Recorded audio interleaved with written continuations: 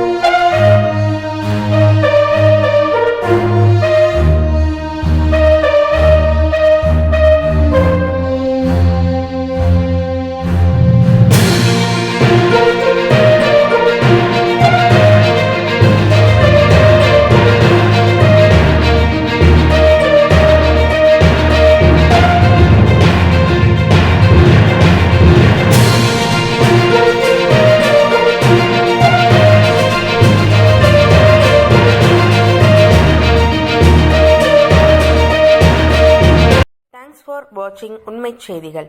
நெல்லை செய்திகளை உடனுக்குடன் தெரிந்து கொள்ள சேனலை சப்ஸ்கிரைப் பண்ணுங்க, லைக் பண்ணுங்க, ஷேர் பண்ணுங்க.